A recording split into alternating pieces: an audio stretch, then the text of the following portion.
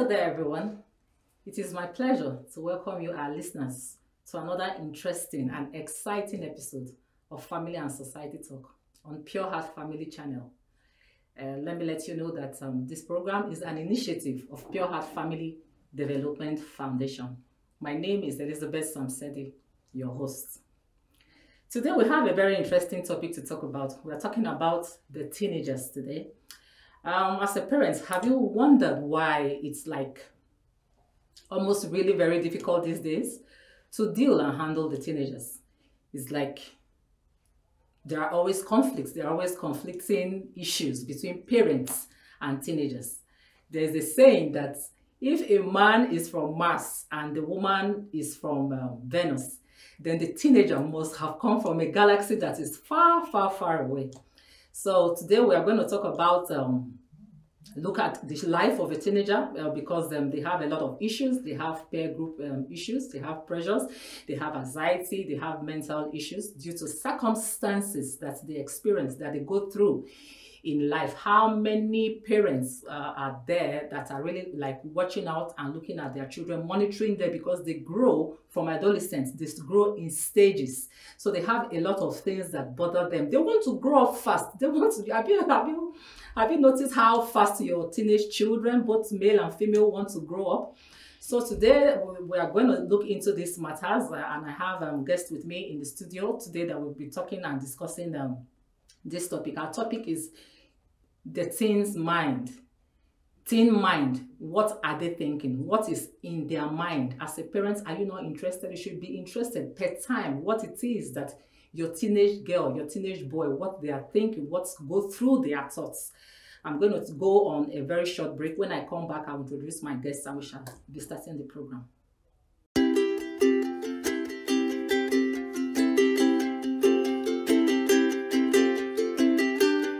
Welcome back.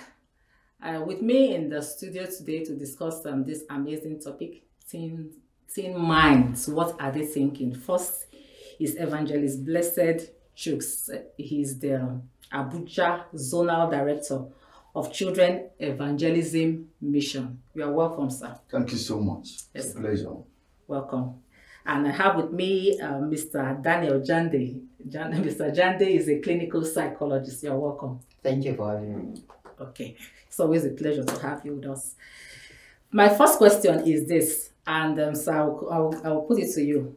Okay. Who is an ideal teen? Who is an ideal teenager? Okay. If we want to look at it from the age background, an ideal teenagers are those children between the ages of 13 to 19. No, those are the people because of teen, 19, right. 13, 19. So that's an ideal teenager within that age bracket. So they are the people that we call teens. And if I would like to add, these group of people, they strongly believe I'm no longer a child, I'm an adult. And either way, they are not there, they are not here. That's a teenager. Okay, interesting. All right, Mr. Jande, who is an ideal teenager? Yes, to add to what he just said, a teenager is someone who falls within that age bracket and is struggling with transitional stages. What I mean here is the biological growth, the psychological development. It's just a transitional stage between puberty and adolescence. Okay. Today's teenagers, you notice that they want to grow up fast. You address them as a child. They tell you, no, I'm not a child. I'm grown. They will even tell you I'm a young adult. Why do they want to grow up so fast? They're so much in a haste to grow up to be an adult. Okay. Three reasons, to be very precise. Number one, they believe there are benefits that you get when you hit that age. And this benefit, one, freedom. Two, they have their way. Whatever they like, they will want to do it. And there are these fantasies. They take less permissions. Yes, these fantasies that is in their head. And that they want to just go out and achieve and experience and experiment by themselves. So they feel those things can become possible when they only when hit you're that an age. adult. Yes. when you hit that age. So they are in a haste. So they want to just get to that age and feel big and begin to express themselves even when they are not yet matured. Right. Okay, Mr. Jande? You know, teenage age is an age that comes with certain struggles in the life of every child. Right. Because while you are growing up, for instance, there's usually conflicting training models. I take training from my parents, I take from my siblings, there are neighbors to train me, and my teachers in school. There are people that we frown at my behavior when I go against the norm in the society. So children try to understand their personality within this time. Right. Who I am, this is who I am, and this is what I want to do. They try to understand their personality, sometimes based on more on their role model. This is such an individual. That's the people they see. People they see. Yes, around. that they want to be They like. want to be like such an individual. It's not easy actually. When you don't possess those things that such an individual have, it becomes a problem To for become a such a growing person. child. Yes. So, parents should be the first role model of children? Parents should be the first role model children see. Parents should be the first role model, like, okay, I want to be like my father, or I want to be like my mother when I grow up.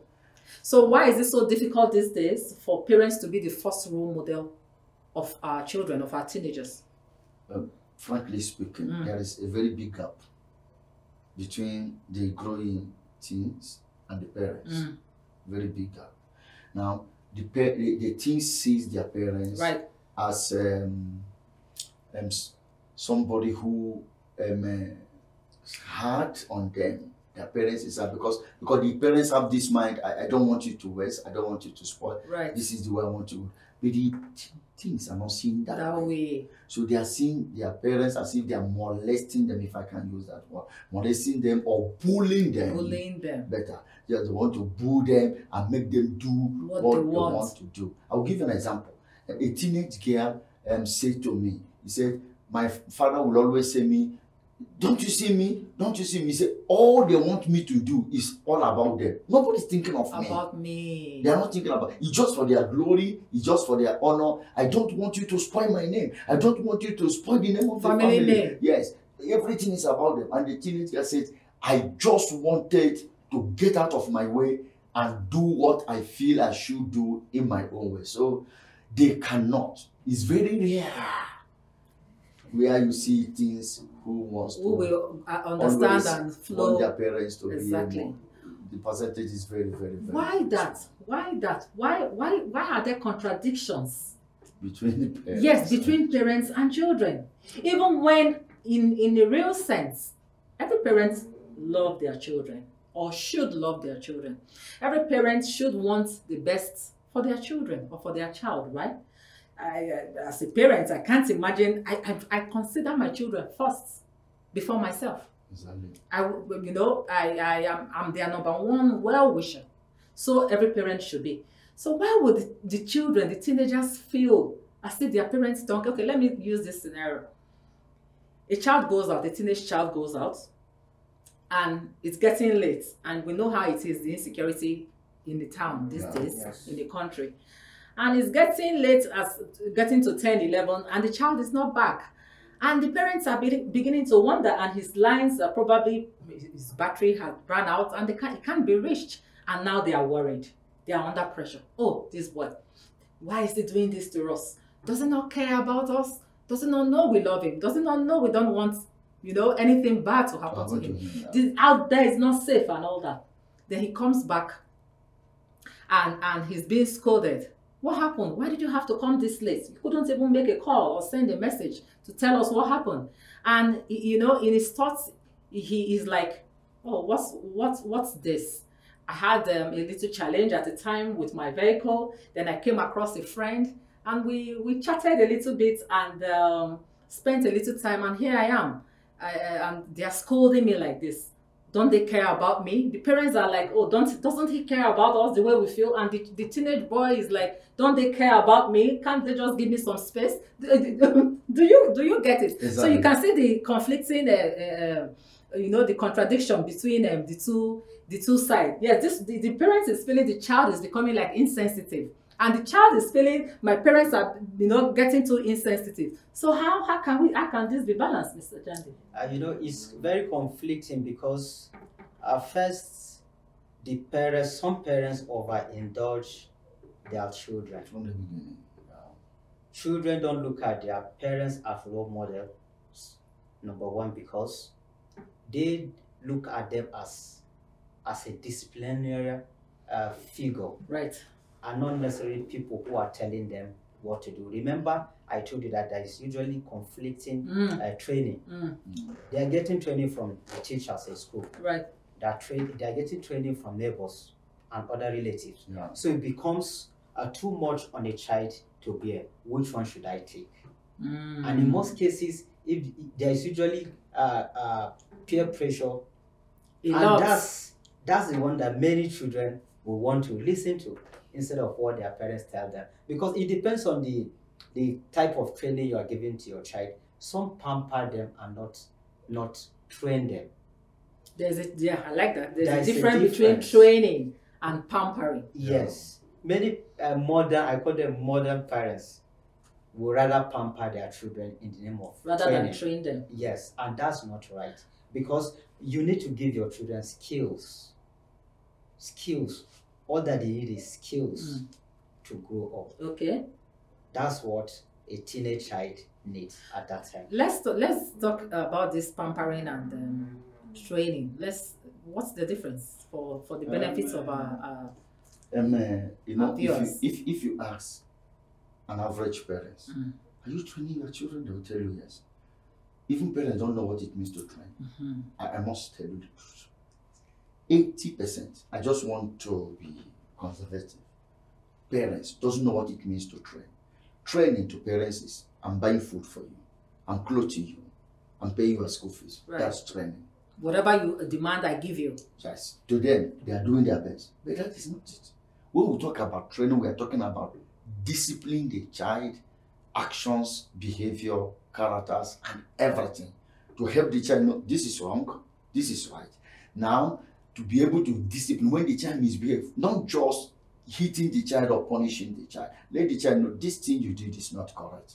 This is the way it's supposed to be done. This is the way it's supposed to be done. Because another terrible mistake parents are making, they assume a lot. They assume that there are things the children are supposed to know by the reason of their age. So if they don't teach them, how would they know? Thank you. That is why the parents are missing it. So they will learn from their peer group. So they learn from their peer group, from their from the environment, schoolmates, schoolmates, classmates. And I want to tell parents, if you are not doing the right thing by teaching is going on outside, whether we like it or not. There is teaching. The TV is teaching. The radio is teaching. All the things they hear is teaching. The social media. The social media is teaching. So it depends. But it is you that's supposed to say, this is the right one. So when you have this conflict between the parents and the teens, these are most of the reasons, because they are just pampering. Why they don't consider most of their parents as role models. Yes, they forget that this baby you are pampering will soon become an adult. So you need to give him the thing that will, just like the skills that will help him to stand. So you keep pampering, and the child just keep eating Indomie, eating fried egg, and just look big for nothing. And empty up there. Yes, and so by the time the child is 13, 14, 15, 16 to 19, there is a lot of expectation. You have so much you're expecting from the child. You're not getting it. So there will be clash. Yeah, what about those parents that hardly even have time to like you said, it's a process when these teenagers, they grow from stages, from one stage to another. And it is the duty of a parent to watch these children grow, watch them develop, from one stage to another. Yeah. What about the situations where the parents are hardly even available, hardly even around to know when and what to teach them? The children are left in the then house they will of be nannies exactly and other house caregivers. helps, Neighbors, neighbors, aunties, uncles. I can tell you. And in the process, most times they get abused in one way or the other. These are the people that abuse them. Look, I can comfortably tell you that 80% of sexual abuse happens at home and by close relation. With my investigation and my experience working with teens, 80% of sexual abuse. And these are the people the parents have entrusted the children, believing that they will help them to cover up their inefficiencies. Meanwhile, they do more harm than good. Yeah. Yes. So we have a very serious danger in our hand when parents are not doing what they're supposed to do. Every father is looking for money that they didn't miss. They didn't lose any money, but we are looking for the money.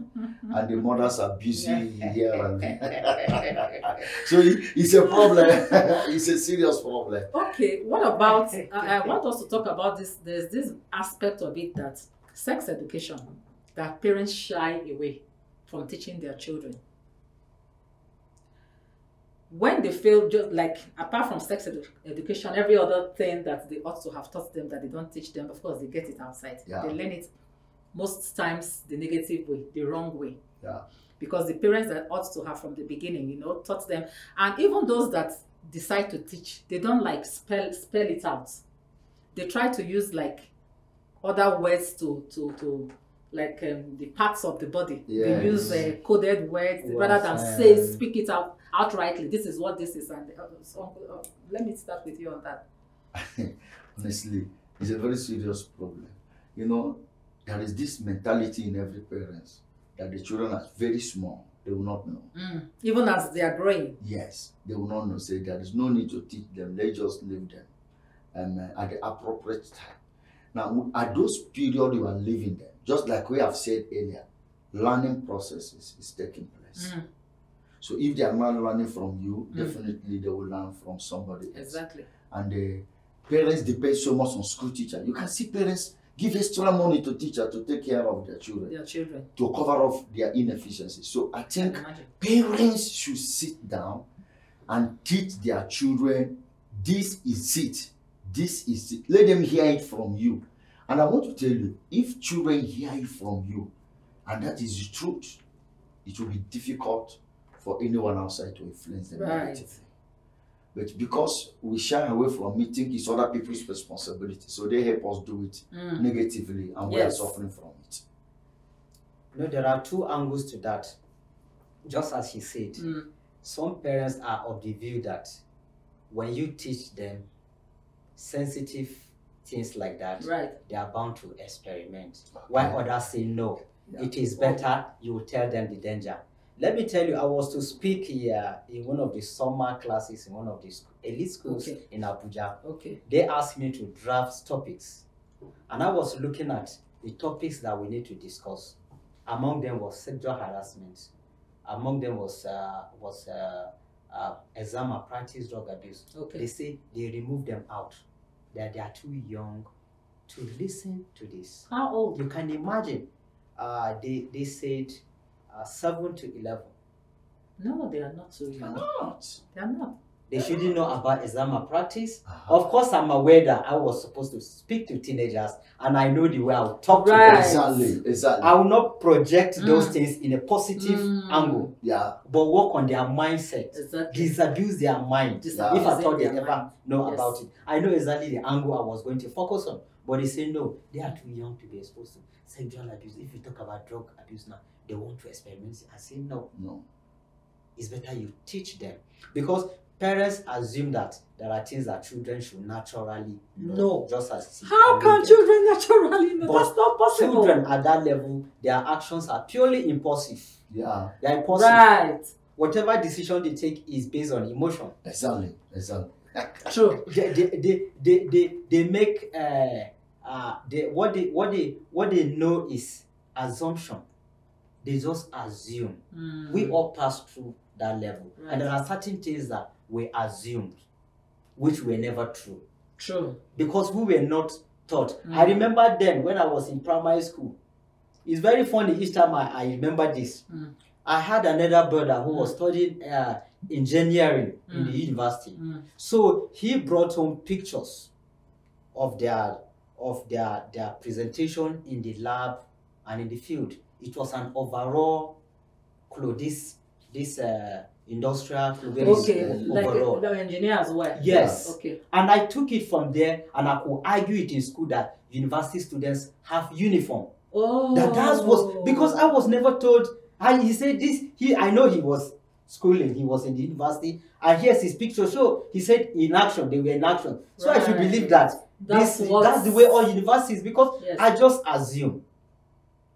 Because you never misconception about social cues. That's how children at that level reason, because the brain development is a factor.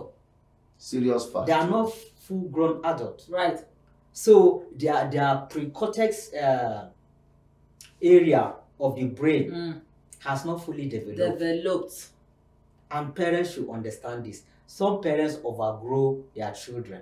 They want their children to be adults as soon as possible. Some parents even want their children pass to through be adults the normal processes. Yeah. And I can assure you, any child who misses it, we always want it.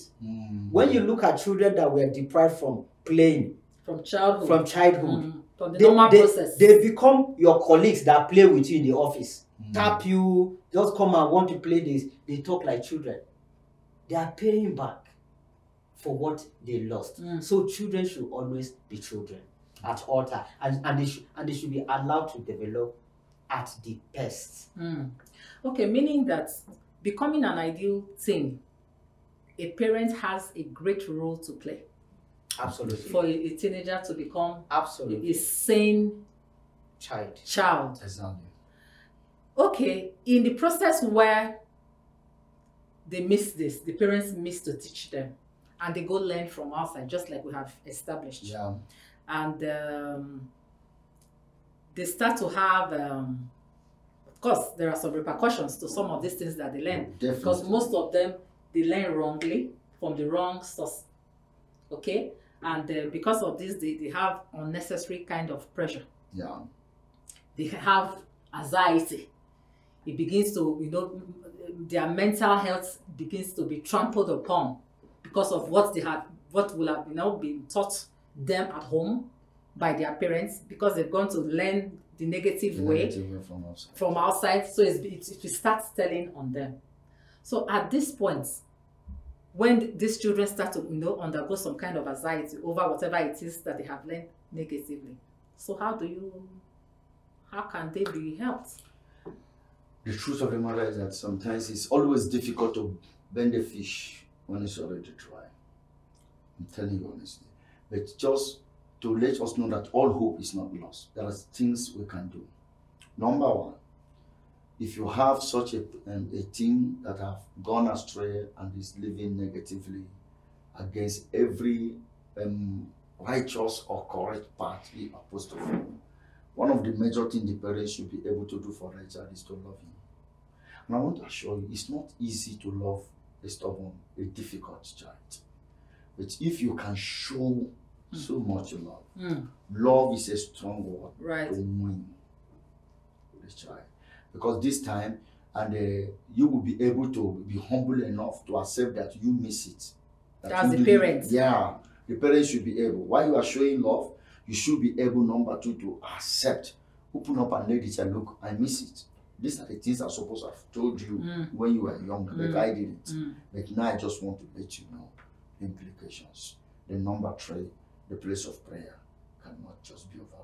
Right. If you put these three things into practice, then trust in God, irrespective of whichever religion you are. Prayer work. The Muslims believe in prayer. You can pray, whoever. Right. So you can take the child up in the place of prayer and trust that God will help you redirect the mind of that child, so that the child will see reason with you and become one. I believe in prayers. Yes, I like that word prayer, but parents really need to work. They really need to do. That's why I said you need to show plenty love. Plenty love.